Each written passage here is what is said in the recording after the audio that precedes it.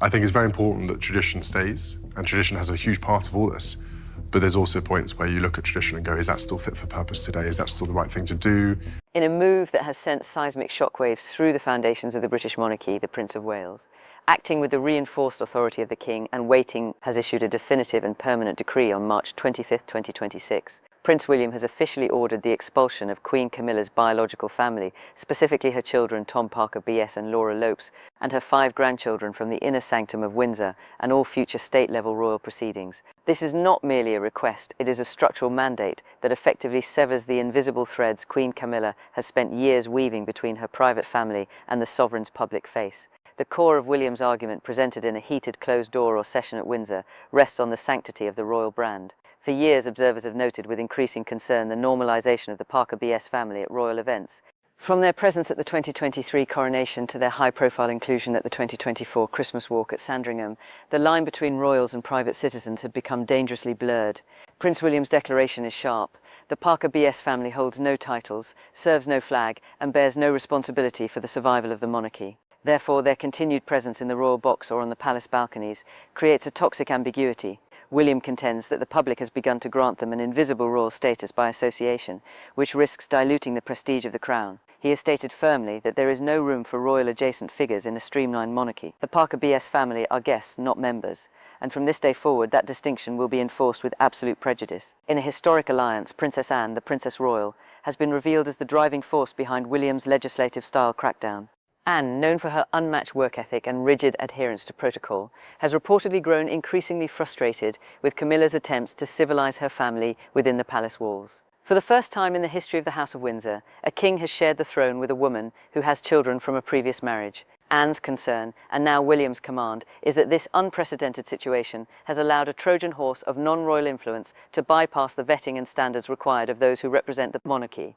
Anne has reportedly coached William on how to codify these exclusions into formal palace policy, ensuring that the Parker Bowl's name is never mistaken for a branch of the Windsor tree. The tension between the future king and the current queen consort reached a boiling point when William directly criticised Camilla's judgment. He accused her of neglecting the honour of the crown in favour of her personal family ambitions. William's critique was biting. He spearheaded the idea that Camilla has been strategically leaking and normalising her children and grandchildren to secure their social standing under the shield of the monarchy. He challenged her with a hypothetical yet devastating scenario. If a member of the Parker BS family is embroiled in a scandal or an unsavoury lifestyle choice tomorrow, will the Queen take responsibility for the damage done to the crown? When Camilla countered by labelling William a royal dictator and accusing him of Christ severing her family bonds, William remained unmoved. He made it clear that while she is queen consort, her children are outsiders.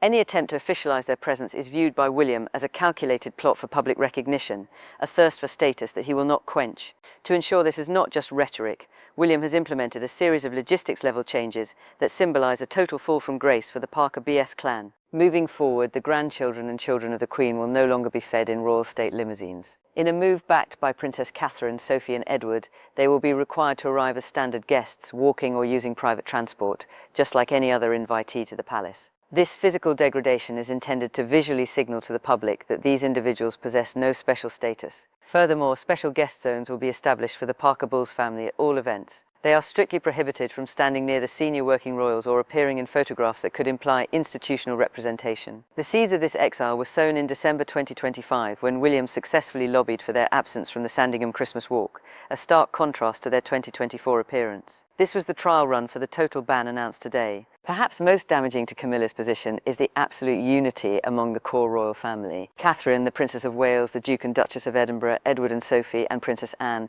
have all stood firmly behind William.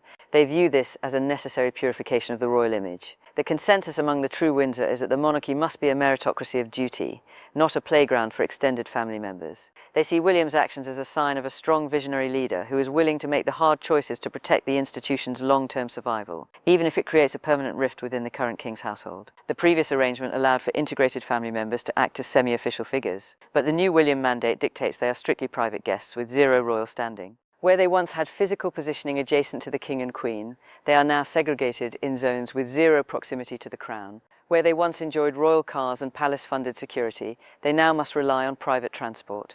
This shift represents a total rejection of the Camillification of the palace. By stripping her grandchildren of their proximity to the throne, William is not just settling a childhood score, he is ensuring that when he wears the crown there are no shadows left by the Parker BS family. This is the beginning of the William era, a regime defined by cold efficiency, institutional loyalty, and the total preservation of the Windsor name against any perceived external threats or opportunistic social climbing. As the dust settles on Prince William's March 25th mandate, the focus shifts from the public exclusion of the Parker BS family to the rigorous scandal prevention protocols now being codified into royal law.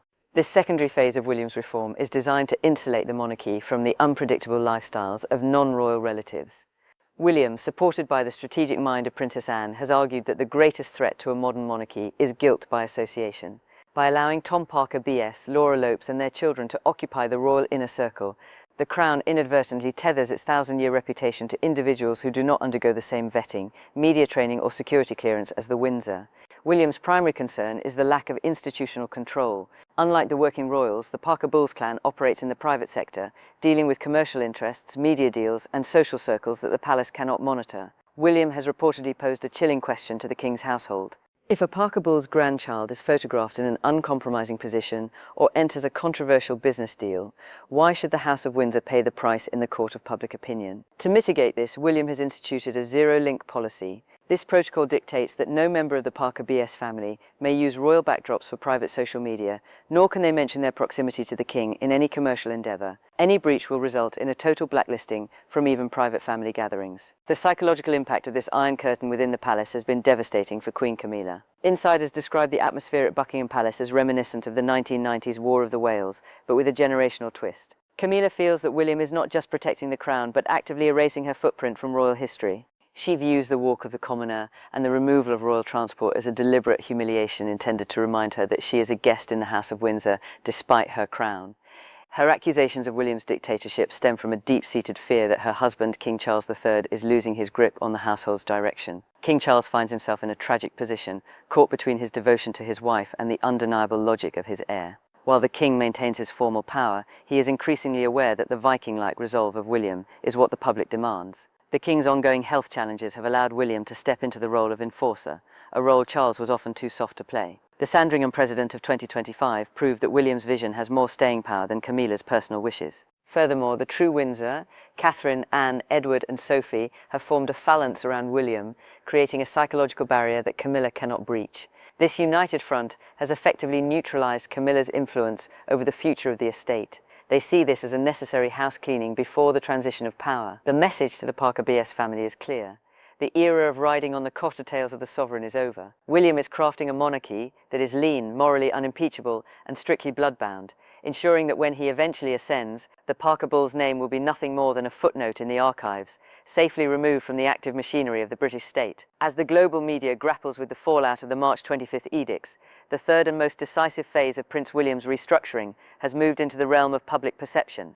This final chapter of the Windsor Purge is not merely about physical exclusion or palace logistics. It is about the definitive end of the Camilla era and the calculated birth of a new uncompromising era of the Wales monarchy. Across the United Kingdom and the Commonwealth, the international press is interpreting William's iron edicts as a historic reassertion of royal authority, signalling that the years of blended family experimentation under King Charles III are officially over. The reaction from the British public has been a complex mixture of shock and profound relief. For many traditionalists, the sight of Tom Parker BS and Laura Lopes at the 2023 coronation and subsequent royal gatherings felt like a breach of a sacred boundary. While the public had grown to respect Camilla for her stoic service and loyalty to Charles, there was always an underlying discomfort with the normalisation of her non-royal children within the state apparatus. William's move to strip them of royal transport and relegate them to the walk of the commoner has been hailed by constitutional experts as a masterstroke of optics. By forcing them to arrive as standard guests, William has visually restored the hierarchy that defines the British monarchy. It is a powerful symbolic gesture that reassures the taxpayer. The Crown's resources are reserved for those who carry the Crown's burdens. Internationally, the William Doctrine is being viewed as a necessary evolution for a monarchy surviving in an age of intense scrutiny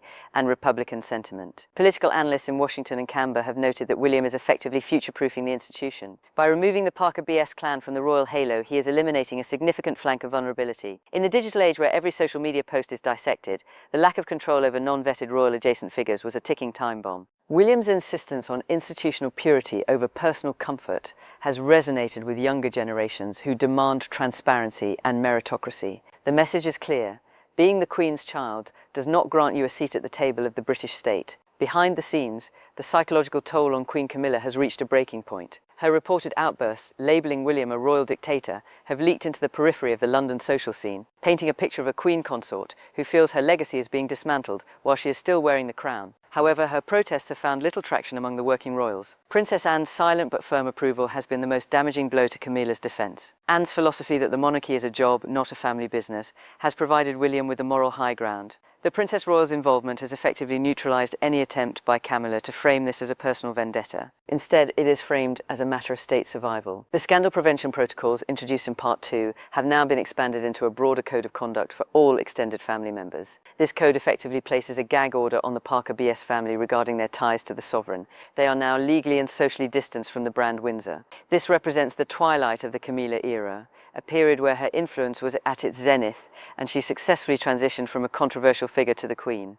William's actions ensure that her personal victory does not translate into a permanent foothold for her family tree. He is making it impossible for the Parker Bull's name to become a secondary branch of the monarchy, effectively pruning the Windsor tree back to its core, blood-related members. As of today, the 25th of March 2026, the power dynamic within the palace has irrevocably shifted. King Charles III, while still the reigning monarch, has essentially ceded the internal governance of the family to his heir.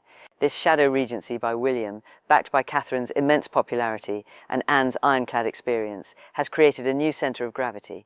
The Wales court at Forest Lodge is now the true architect of the monarchy's future. For the Parker Bowles family, the doors of Windsor have not just been closed, they have been locked and the keys rewritten. This concludes the most significant internal restructuring of the British monarchy in a century.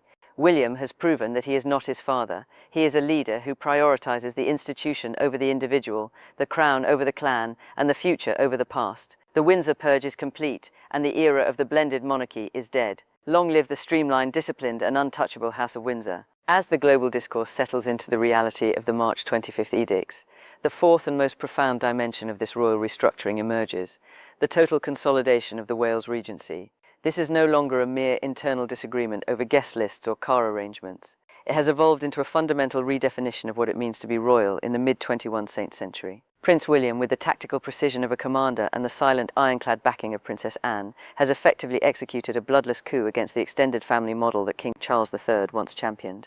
This final phase of the purge focuses on the permanent institutionalization of these boundaries, ensuring that no future monarch, not even George, Charlotte, or Louise, will ever have to negotiate the Parker BS problem again. The atmosphere within the royal household has shifted from one of tense negotiation to one of absolute compliance. Sources close to the Lord Chamberlain's office report that the guest zone protocols are being written into the permanent standing orders of the royal palaces. This means that the exclusion of Tom Parker BS and Laura Lopes is not a temporary punishment or a reaction to a specific spat. It is now a foundational law of the Windsor court. William's insistence on institutional purity has created a vacuum where Camilla's influence used to reside. The Queen Consort, once the most powerful woman in Britain, now finds herself presiding over a ghost court, a suite of rooms filled with history, but stripped of the power to elevate her own flesh and blood. Her grandchildren, who once played in the gardens of Highgrove and Windsor with the promise of a semi-royal future, are now legally and socially ordinary citizens in the most literal sense of the term. The psychological victory for the true Windsor, Anne, Catherine, Edward and Sophie, cannot be overstated.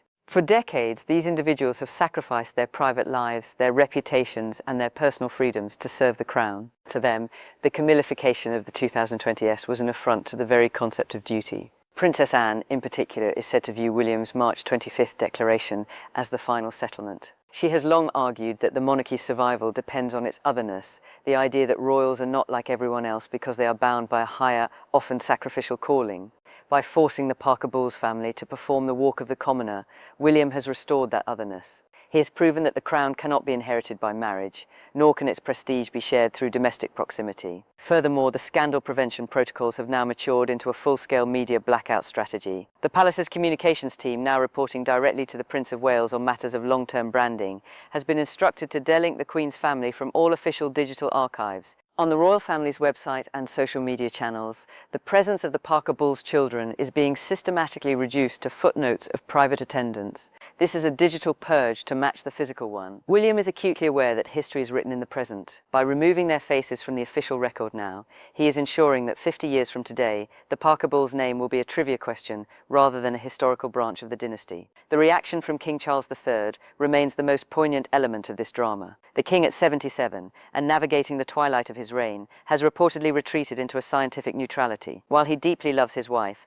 and maintains a grandfatherly affection for her grandchildren, he has recognized that William's iron will is the only thing standing between the monarchy and the rising tide of republicanism. Charles has always been a man of blended visions, but William is a man of singular focus. In a quiet moment at Forest Lodge, the king reportedly told an aide that William is the king England needs, even if he is not the son I expected. This tacit surrender of the household soul to the heir has left Camilla isolated. Her accusations of dictatorship ring hollow in the halls of Windsor because the dictator has the unanimous support of the working family and the growing approval of a public that craves stability and clarity.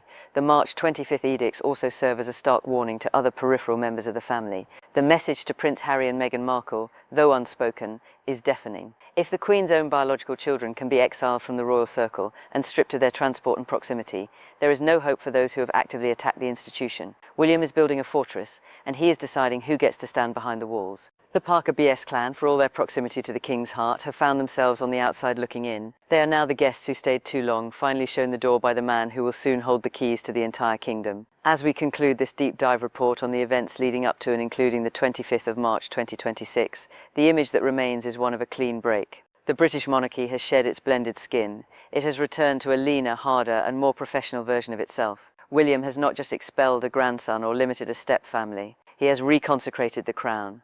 The Camilla era is not ending with a bang, but with a quiet, firm closing of a door that William has made sure will never be opened again. The Parker BS family will live their lives as private citizens, perhaps wealthy and well-connected, but they will never again be mistaken for royals. The Windsor name remains pure, the hierarchy remains absolute, and the future king remains unchallenged. As the sun sets on the 25th of March 2026, the global media cycle has shifted from mere reporting to a profound historical assessment of what is now being called the Great Windsor Clarification. This fifth and final dimension of the crisis explores the long-term institutional fallout and the cold peace that has settled over the British monarchy. Prince William's decision to permanently expel the Parker BS family from the royal aura is not just a policy change, it is a constitutional landmark.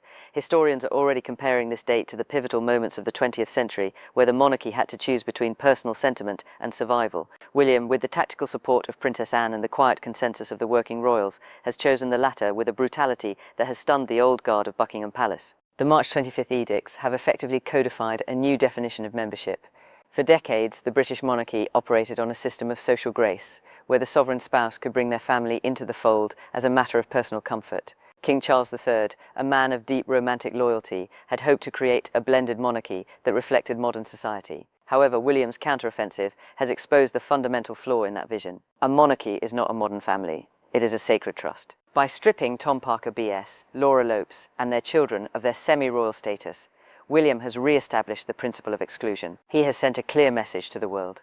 The blood of the Windsor is the only currency that matters at the altar of the state. Any assimilation attempted by Camilla has been systematically undone, leaving her biological family as mere footnotes in the royal archives. The internal reaction from the Parker BS clan itself has been one of stunned silence, punctuated by leaks of profound hurt. Friends of Tom Parker BS have suggested that the family feels betrayed after years of supporting the King and Queen through the difficult transition following the death of Queen Elizabeth II. They feel that they were used as human shields to help rehabilitate Camilla's public image, only to be discarded the moment the Prince of Wales felt his power was absolute. However, William's camp has remained ice cold.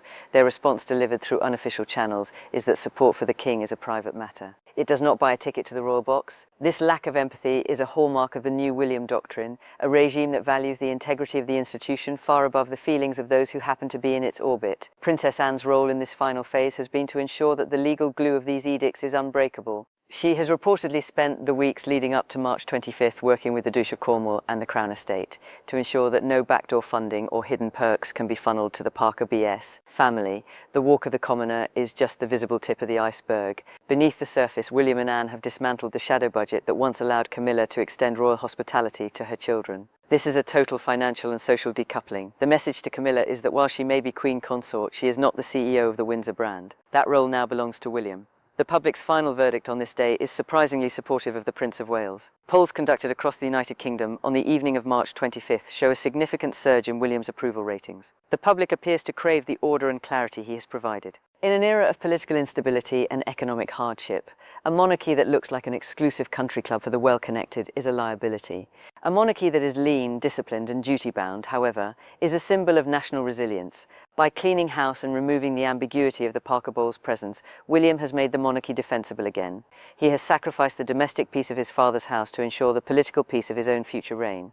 The twilight of the Camilla era is now a physical reality. While she continues to perform her duties alongside the king, she does so as a woman whose personal ambitions for her family have been utterly defeated. The Trojan horse of the Parker BS family has been pushed out of the gates, and the gates have been barred. William's triumph is total. He has proven that he is the true heir to the iron will of Queen Elizabeth II, a leader who understands that the crown must always be other. As the world looks toward the future reign of King William V, they see a monarch who is not afraid to draw lines in the sand, who is not afraid to break hearts to save a throne, and who will never allow the shadow of the mistress to darken the halls of Windsor again. The 25th of March 2026 will be remembered as the day the modern blended monarchy died and the sovereign state monarchy was reborn. William has not just expelled a grandson, he has saved an institution from its own misplaced kindness. The Windsor name remains untainted.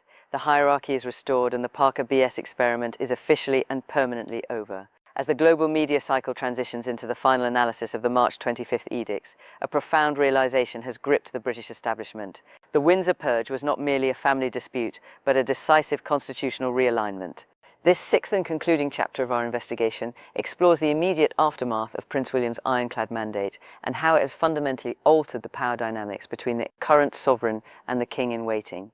The Parker BS experiment, the attempt to integrate a non-royal family into the heart of the British state, had been formally declared a failure by the man who will soon wear the imperial state crown. The most striking development of this final phase is the silence of the king. Observations from within Buckingham Palace suggest that King Charles III has entered a period of profound reflection, effectively allowing his son to act as the moral regent. While the king remains the legal head of state, the March 25th mandate has shifted the living sovereignty to the Prince of Wales. William's insistence on institutional integrity over step-family inclusion has created a new standard of royal legitimacy. It is no longer enough to be close to the king. One must be essential to the crown. By removing the Parker Bowles children and grandchildren from the royal logistics, cutting their access to state vehicles, and sequestering them in guest-only zones, William has neutralized the soft power that Queen Camilla had, spent decades cultivating for her biological kin. The cold peace between William and Camilla has now hardened into a permanent state of professional distance. Insiders report that while the Queen Consort continues to perform her public duties with her trademark stoicism, her private influence over the family brand has been reduced to zero. William's alliance with Princess Anne has created an impenetrable inner council that Camilla cannot bypass. This council has redefined the Windsor name as a closed shop, a meritocracy of duty that excludes those whose only claim to proximity is a marriage certificate. For the Parker BS family, the Walk of the Commoner is not just a physical act. It is their new social reality. They are now officially guests of the palace, a status that carries the weight of permanent exclusion from the royal future. Furthermore, the March 25th edicts have sent a powerful message to the Commonwealth and the international community. In an age where the relevance of hereditary monarchy is constantly questioned, William has presented a vision of a lean, ethical and disciplined institution. By removing the clutter of extended family members who do not serve the public, he has made the monarchy taxpayer defensible. Political analysts in London argue that this move has effectively saved the monarchy from the Andrewesque scandals of the future. By ensuring that non-royal relatives have zero institutional recognition, William has guaranteed that their private lives can never again drag the crown into the tabloid mud. The legacy of this day will be recorded as the moment Prince William transitioned from an heir to an architect. He has dismantled the blended family model of his father and replaced it with a Fortress Windsor model. The Parker B's grandson, whose presence once signalled a new inclusive era for the monarchy, has become the symbol of its necessary exclusion. William has proven that he possesses the steel of the Tudors, a willingness to prioritise the survival of the state over the harmony of the dinner table.